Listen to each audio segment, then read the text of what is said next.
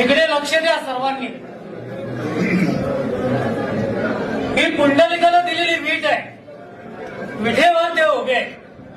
मुक्तिकेसी नावाची एक दासी होती. तिला आपल्या रूपाचा गर्व झाला होता. जेव्हा ती देवाच्या दर्शन झाली तेव्हा देवाने तिच्यापेक्षा नाजूक रूप घेतलेले. जेव्हा तिने आपले हात देवाच्या पायावर टेकवले तेव्हा ही पोटरुतलेली जागा आहे. ही कृष्णावतारात गोकुळात गुरे राखायची काठी आहे. हा पितांबरचा सोगा आहे. हा वासनिवेलाचा कतोड आहे. डाव्या हातामध्ये शंख आहे. उजव्या हातात कमळ पुष्प आहे. ही ब्रह्मदेवाने जन्म घेतलेली जागा आहे. हे अर्धांगिनी रुक्मिणीवासन स्थान आहे. हे मृगलांचन आहे. हा कौस्तुभमणी आहे. हे मकराकाल कुंडल आहे आणि शिवाकाल मस्तक आहे.